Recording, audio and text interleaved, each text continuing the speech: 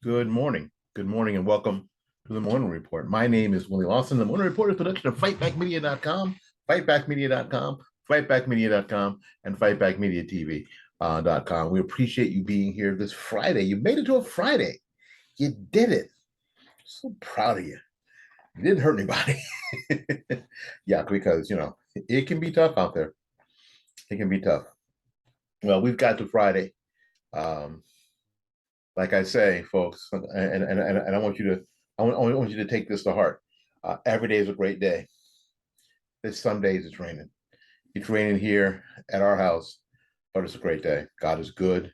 God is faithful. God delivers. God heals. So your continued prayer for me and my family, we greatly appreciate it. All right. You've got, you know, I relate this story every now and again because I think it's still relevant.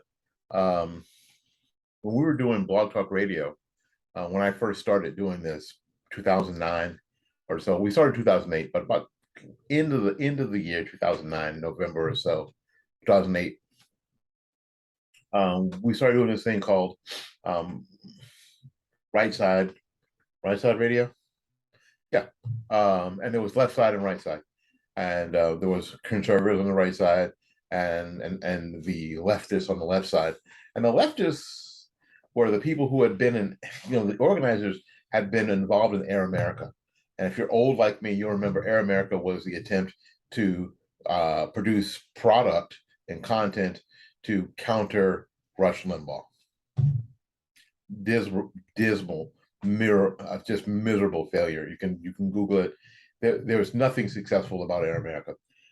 So it was a bunch of us ragtag people like me who were rank amateurs, rank amateurs on Blog Talk Radio, on Right Side Radio, with the help of my friend Elizabeth Blackney, putting together a series of conservative shows, or at least Republican-leaning shows, to balance off left side radio. And as far as the numbers go, we kicked their booties.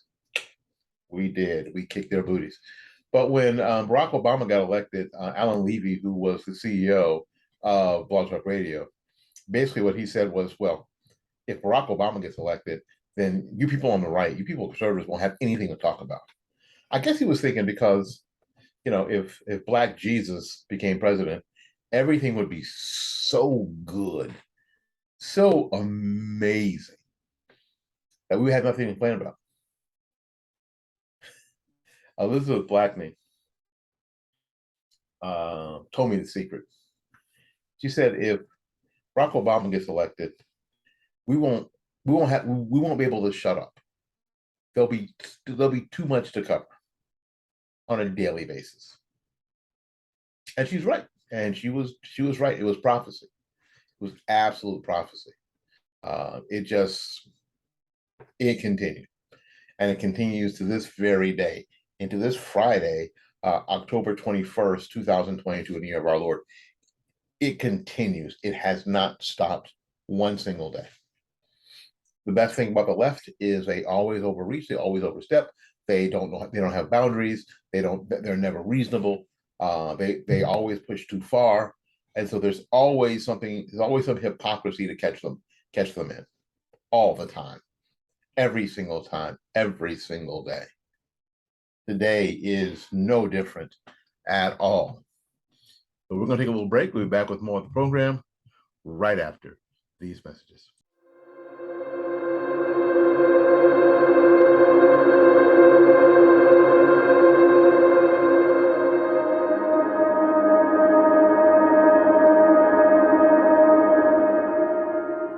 Well, hello, everybody. My name is Willie Lawson of FightbackMedia.com. Thank you for coming to our Patreon page, and we are happy to have you here on Patreon. So, this is my. Please forgive me. This is my first video for Patreon, and I'm a little nervous because it's so important that I try to explain to you exactly what Fightback Media is about, what the morning report is about, and Speakeasy, and my friend Paul Swanson at the SwansonReport.locals.com. The idea behind Fightback Media is fairly simple, as most things are simple in concept, but more difficult in practice. Fight Back Media exists to push back the legacy media narrative, and in general and specifically where it concerns communities of color. The mainstream media or the legacy media would have you believe that every person of color is a liberal Democrat.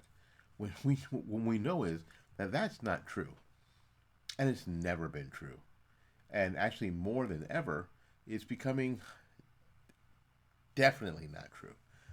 As people who are people of color are seeing the damage being caused by liberal Democrats in a lot of our major cities, especially in our.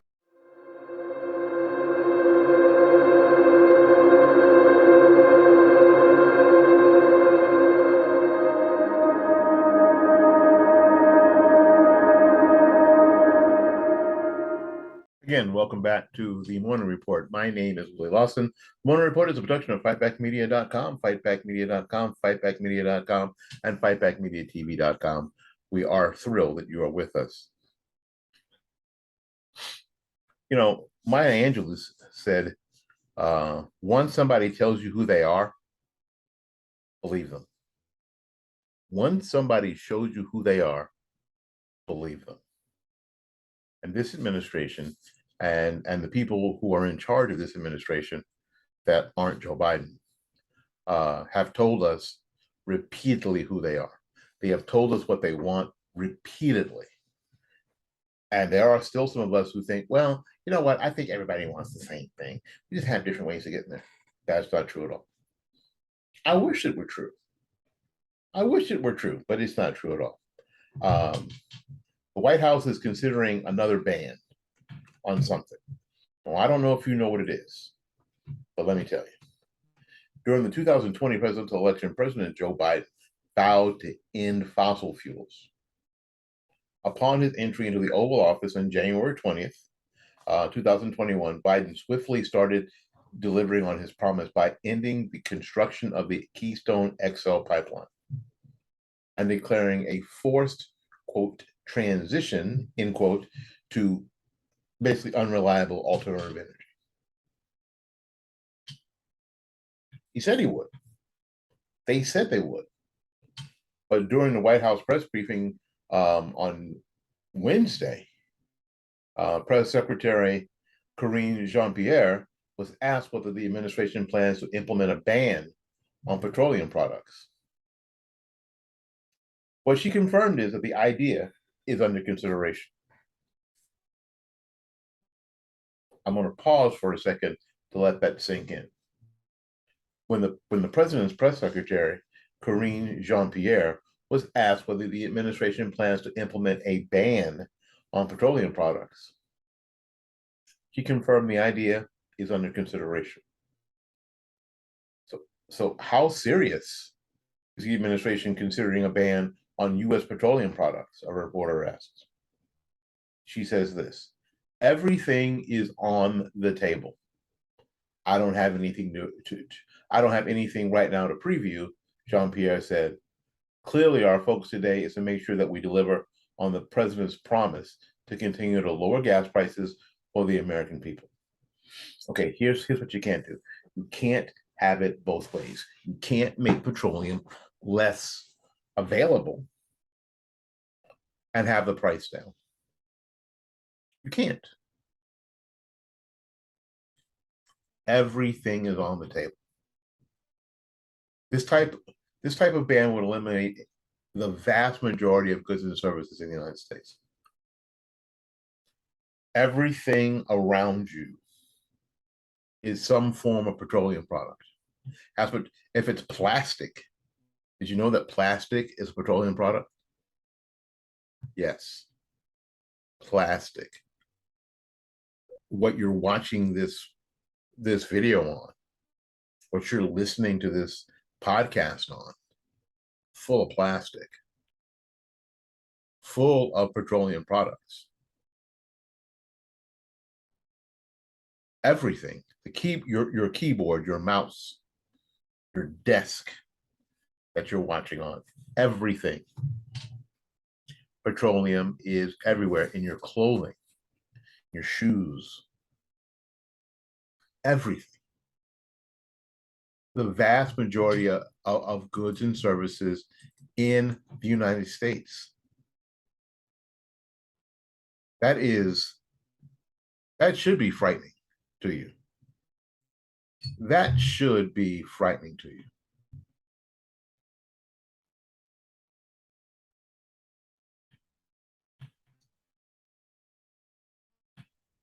Let me give you just a few products that are petroleum products.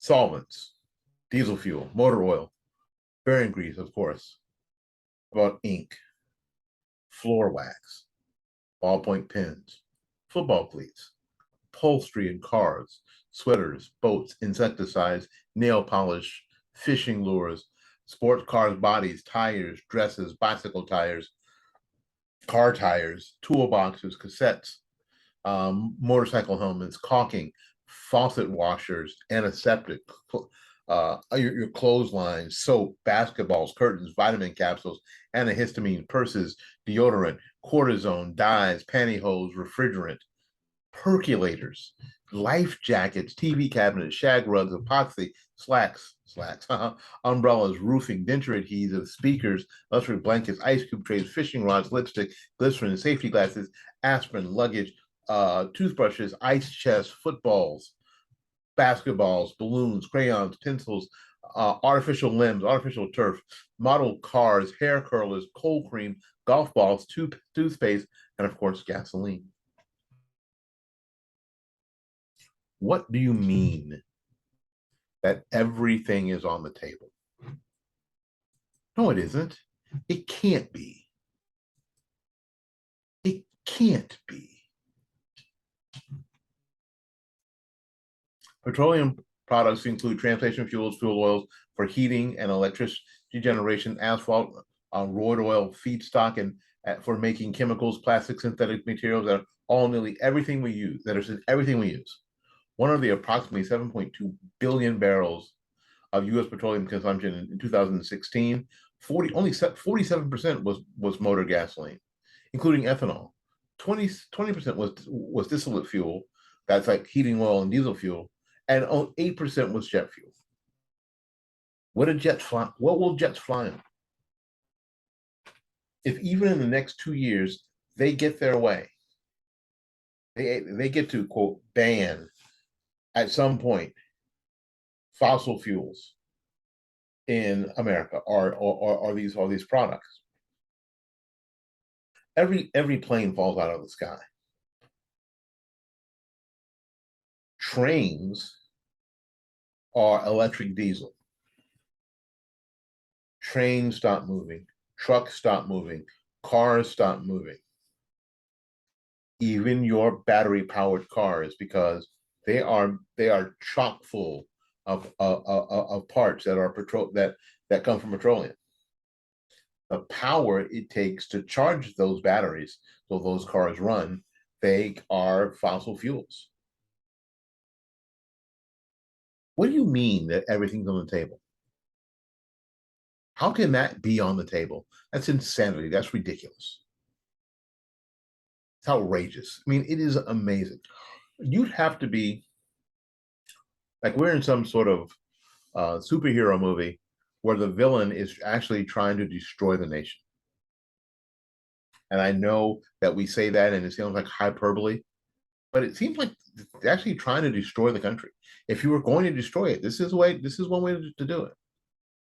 Cause all sorts of havoc and division and get people chewing on each other. While they're doing that, you're slitting everybody's throat. What do you mean? Everything, including that's on the table. What do you mean? They need to answer for this. They need to answer for this right now. If you think that the November 8th midterm elections were important, this is what they're planning. And they're all serious about it. And they're all serious about it. I didn't make it up. I didn't say it. They did. All right, we'll be back right after these messages.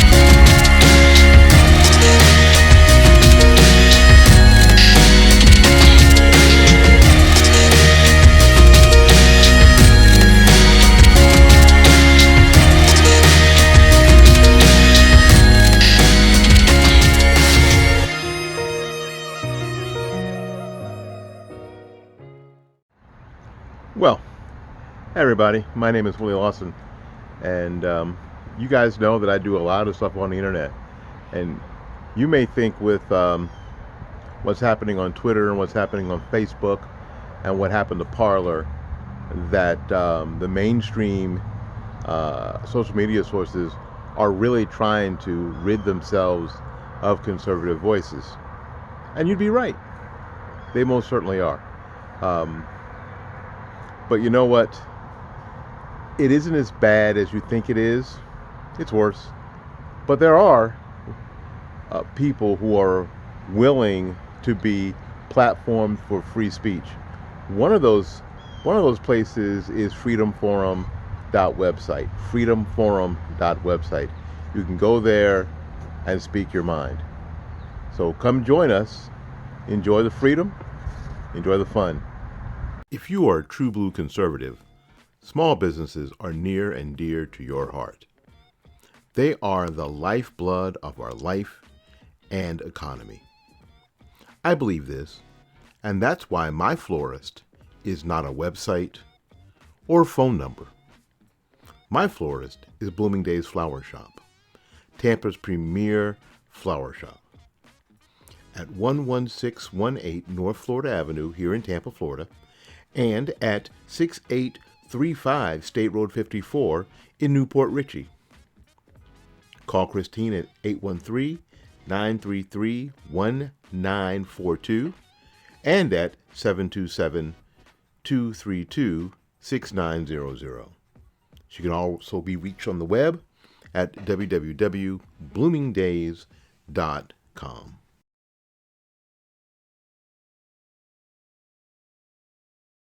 One of the things that I get asked most is where can I get information that is not tainted with liberal bias, especially here in the Tampa Bay area. Well, now I have the answer. tbctampa.com, a website by and for Tampa area conservatives. Tampa's leading conservative voices speak freely at tbctampa.com. And you can too. So join the fun and enjoy the freedom at tbctampa.com.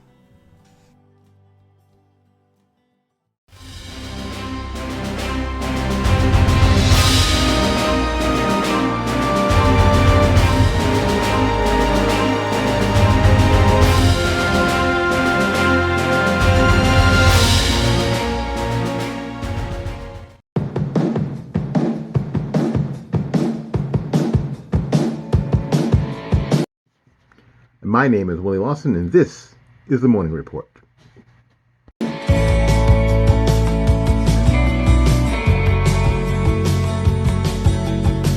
All right, welcome back to the Morning Report. My name is Willie Lawson. The Morning Report is a production of fightbackmedia.com, fightbackmedia.com, and fightbackmedia.com, fightbackmediatv.com. We appreciate you being here. Sometimes it works out. Sometimes, you really don't have to, cheer too loudly for yourself. Sometimes the things that you say are true will become apparent. They will become obvious. If you just wait, And we're not really very good at waiting. We're not very patient. But sometimes if we just wait, the truth will bubble to the top. Kerry Lake has found this to be true in Arizona. We know that Kerry Lake and Katie Hobbs are both running for the governorship of the state of Arizona. Right now, the Secretary of State is Democrat Secretary of State Katie Hobbs. Also, her party's nominee for governor in this November's election just proved a major point of her Republican opponent, Kerry Lake, in Lake's case against Hobbs. This week, under Hobbs' leadership, the Arizona Department of State improperly marked roughly 6,000 voters as being eligible only to vote in federal races. And at least 1,000 voters already received the wrong absentee ballot.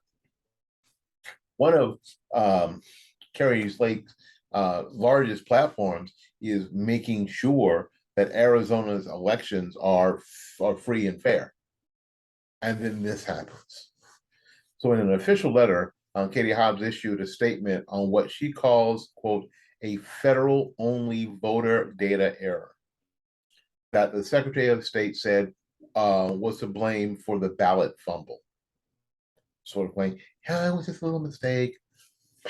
Okay, here's what she wrote. My office found and corrected the database error in concert with the motor vehicle division that supposedly caused thousands of voters to be marked for absentee ballots that only had federal races rather than the full slate of elections, specifically excluding the race for governor, which Hobbs is running, along with other state and local offices.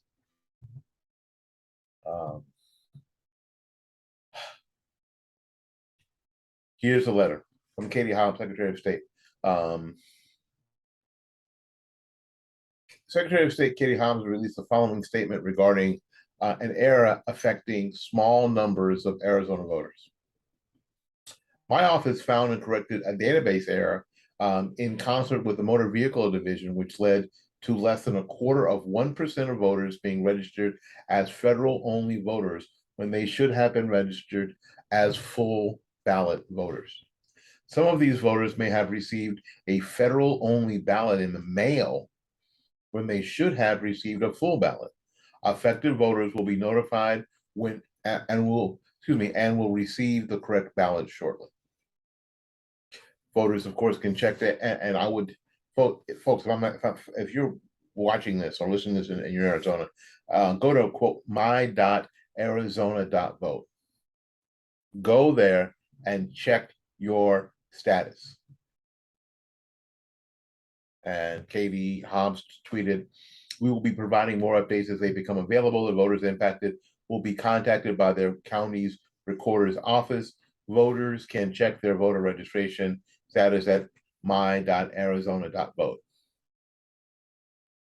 Hobbs said the voters who receive the wrong incomplete ballots will, quote, receive the correct ballot shortly. According to Arizona's elections director, federal-only ballots that are returned will be sequestered, and the voter will have an opportunity to vote a full ballot before the end of election day. I think that what these people forget is that every single faux pas, every single mistake is going to be looked at with an ensconced eye. You can't have these kind of errors. Can you imagine if I always say this, all you have to do to know if the media is hiding or covering for people is to reverse the parties or reverse the colors or reverse the sexes. If this had been a Republican doing this kind of nonsense, oh, Andrew Gillum and Stacey Abrams and Raphael Warnock, and they would all just, it would be 24/7 MSNBC, voter suppression in Arizona. It would be incredible. NBC would be all over it. CNN would be all over it. But the chances are you only heard about that here today. You only heard about this here today. And of course, Katie Hobbs' office did everything to sort of diminish the effect or the thing as opposed to owning up to it, like, oh, this was a terrible mistake. We won't do this again. This is awful. This hurts the integrity of our elections, and we won't do anything to hurt the integrity of our election. They said, yeah, it was only about 0.5%. It wasn't anybody really. This is their attitude about it. Hobbs is the Secretary of State, who was Arizona's chief election officer. On her watch, and while she's been busy campaigning, but not debating, her opponent, as many as 6,000 voters were improperly flagged as being eligible to vote in only federal races. Meanwhile, one of Kari Lake's main critiques of Hobbs has been the incompetent performance as the head of Arizona elections. Now, 3 weeks before Election Day, Hobbs' ballot, oops, just played right into Lake's campaign narrative. Kari Lake tweeted, Katie Hobbs is beyond incompetent. Beyond incompetent.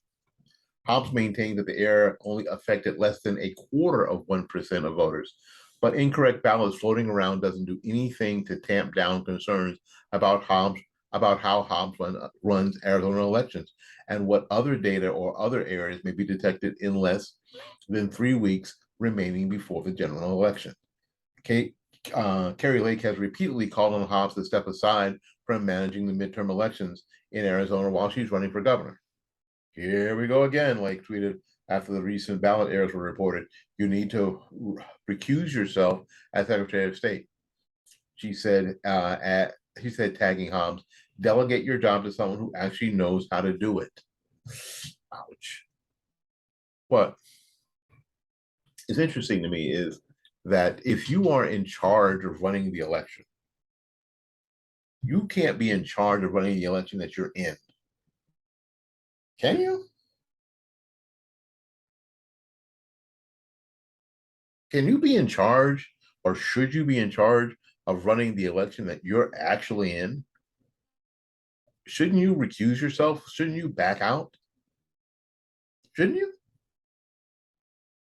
Maybe the reason that Katie Hobbs doesn't want to debate is that way she doesn't have to answer that question.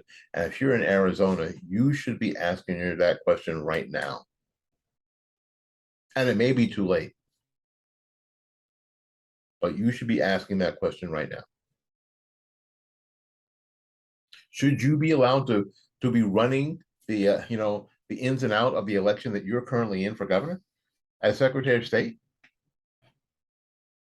That would seem on the surface that there's opportunity for impropriety there. Don't you think? Don't you think? It's crazy. It's crazy. All right. We're going to talk about ESG when we get back. What? ESG. It's the thing that drives you crazy with the woke business culture. We'll tell you what it's all about right after these messages.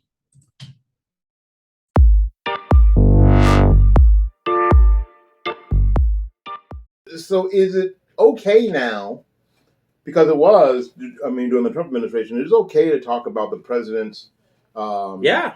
We talked about mental health heavily, so let's talk about this guy's mental health.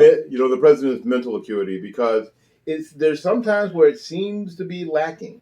Have you seen? Sometimes. Yeah, sometimes. Sometimes it's especially bad. I'm talking about sometimes it's like really bad. Like, have you seen the picture? I was told not to take any questions. I was told not to take any questions. They're going to be mad at me. They're going to be mad at me. Mr. President, are you the president, or were you 5? You see, what I want. See, the next question is, Mr. President? I was told to call on what you call it for NBC. Who's telling you to call on? That's the question that we ought to be asking. Who's telling you this? I don't understand why nobody won't ask that question. Is Jen Psaki actually the president? Who's telling you to call on these people in the media? Is Jen Psaki actually the president? Probably so.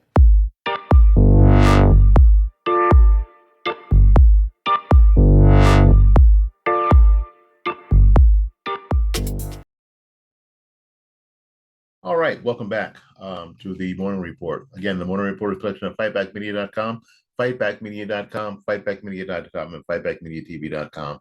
My name is Willie Lawson. I hope that you are doing well this glorious Friday morning. You made it. You made it, and you ain't hurt nobody. I'm proud. I'm proud of you. I'm proud of you. Listen, thank you ever so much.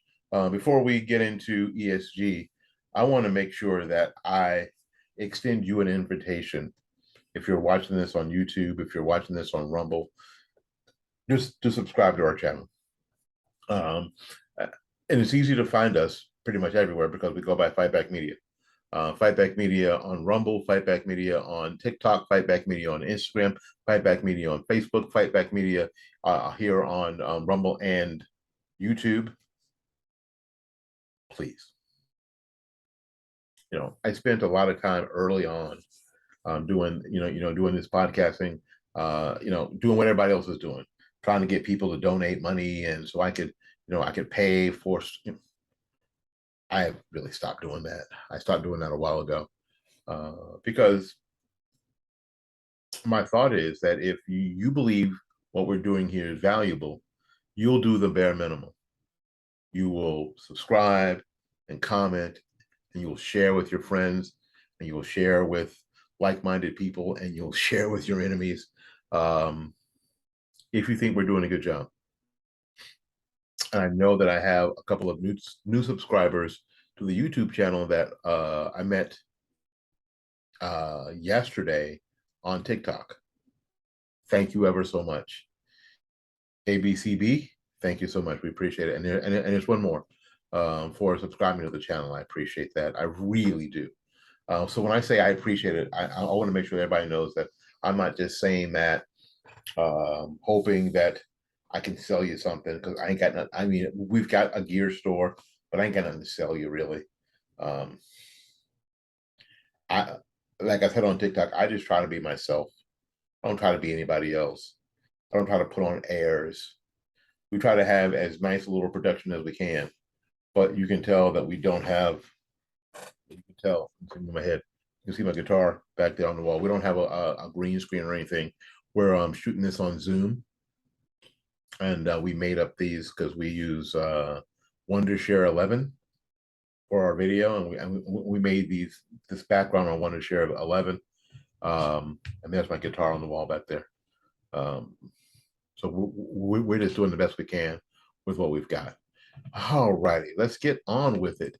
ESG. We're worried, people are like, how come all of these companies are so woke now? Disney, Starbucks, all these companies, the banks are also, quote, woke. Well, I don't know if you've heard about it, but there's this thing out there called ESG.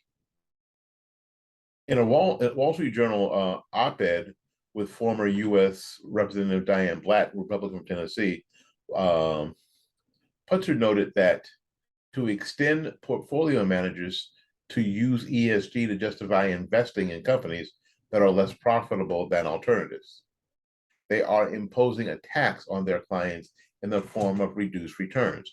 But shareholders don't agree to pay this tax, and most have no idea to the extent of which they're being imposed, Putzer and Black warned. What ESG is an acronym. Conservatives may have heard thrown around cable news and the pages of here at Town Hall and whatever. Here's what it stands for.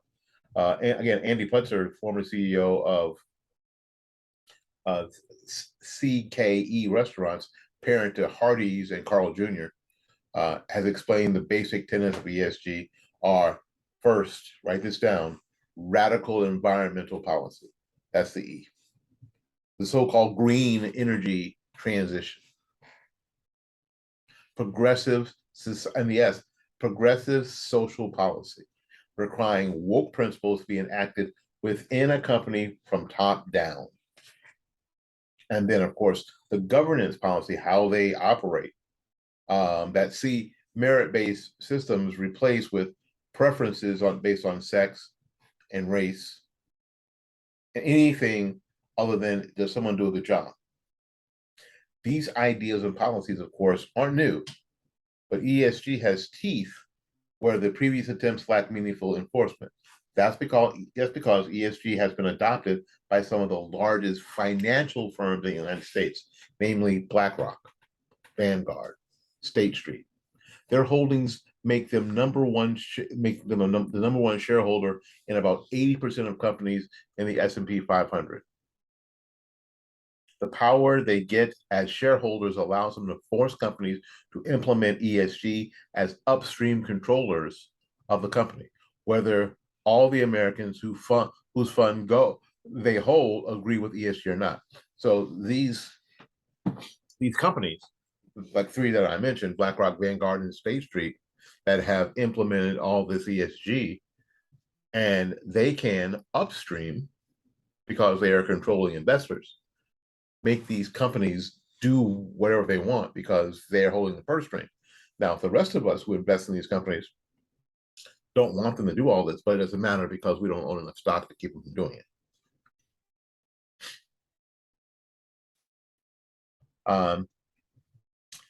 Vivek Ramsamy, Ramsawamy, there it is, who launched Strive Asset Management, an anti-ESG alternative to BlackRock and Vanguards of the world, explained the nefarious way in which ESG advancing firms consolidate power to inflict their radical will. It's the money of everyday American citizens that's being used to advance this ideology that most of them actually disapprove of. And that's the disconnect that we have to address with Strive Asset Management. Ramswamy is indeed addressing it by offering a competitive alternative. This is for me, this is the evil part of ESG. When these companies implement these policies, just use Disney for example. They implement these policies. A lot of the people who have Disney in their portfolio and their 401k or their mutual fund or whatever, they don't agree with this. They don't agree with any of these policies. And their money, because they're in these groups that are run by Vanguard and BlackRock and State Street, their money is being used to force these companies into these policies. Taking your money, your retirement, and forcing these policies in the companies that you invest in, and thus forcing these policies down your throat, whether you decide or not, whether you agree or not. ESG policies don't encourage profits. And in fact, ESG investing is negative for profits. It's a negative for investor returns. It's only a positive if you're one of these progressive crusaders who is trying to get these issues through and force them down America's neck without going to the ballot box. In the not so distant future, personal ESG scores could also limit opportunities for individuals who don't abide by what ESG agenda setters demand to get loans for businesses or homes, and generally preclude Americans from full and free participation in the economy. What do I mean by that? If I start doing what I've been doing here since 2008, and I go to, I don't know, to a bank to get a mortgage to buy our first home, and they look at my credit score, that's cool. But somebody may be keeping my ESG score. And that will be proprietary on how they figure it out, just like a credit score is proprietary. I think they use a Ouija board. I do. I think they use a freaking Ouija board on that. 653. I think they use a Ouija board. So that information would be proprietary, so you wouldn't know what your score was or how they came up with it. But it would be obvious if they knew that I had this presence on the internet that I'm not trying to hide. Here's my face, right? that might hurt my ESG score. As a matter of fact, I'm pretty sure it would. So the bank would go, I don't know if we're going to give this guy money to buy a house. Yeah, his credit score is 776. Yeah, but his ESG score is 32 out of 100. Yeah, the underwriters are never going to sign off. Why? Because I'm not a good person to them. Social credit score, like in China. It can very much happen if I'm trying to get a credit card because American Express, Visa, and MasterCard begin coding firearm purchase differently to allow them to track firearm owners and potentially stop sales or punish buyers. Whether it's requiring carbon zero goals, woke HR practices, or a quota for C-suites to have a certain number of racial and gender minorities in place, regardless of qualifications or performance, the woke warriors using ESG have already have the power to force such changes through the holdings of BlackRock, Vanguard, and State Street. But how is it that they will actually inflict on corporations? Well, through wielding their power as managers of large numbers of shares in the major companies, along with the assistance from the Biden White House and federal bureaucracy. What they do is they go out and they threaten these companies with adverse votes on director nominees or adverse votes on shareholder proposals unless they adopt these radical policies. Yes. Calling the situation dystopian, Putzer noted that how the federal government under Joe Biden has joined the ESG fight. You've got the SEC, the Securities Exchange Commission, talking about climate disclosures. If you've got the Department of Labor wanting to make it so that 401k plans can have these investments that don't focus on returns, they focus on politics, he explained. How does that help you? When these 401 plans are not focused on getting returns for you for your retirement. They're focused on politics because all these companies are in your 401k plan, right? It's a shortcut around our democratic process to accomplish goals that they can't otherwise accomplish because they're not popular. One more time, one more thing. ESG is also being used, as mentioned, in tandem with the Biden administration to circumvent the will of Americans as expressed through their elected representatives in Congress to force, quote, energy transition. Rupert Darwall, a senior fellow at Real Clear Foundation, wrote recently that corporate and Wall Street ESG policies are another factor driving refinery closures, especially of facilities owned by European oil companies to meet punishing decarbonization targets that will effectively end up sunsetting them as oil companies. That ties into what we started with, doesn't it? Everything's on the table. Everything's on the table. Karine Jean-Pierre says everything's on the table. But I'm going to tell you, everything's on the table, including you. My name is Willie Lawson. This has been the Morning Report, a production of fightbackmedia.com, fightbackmedia.com, fightbackmedia.com, and fightbackmediatv.com.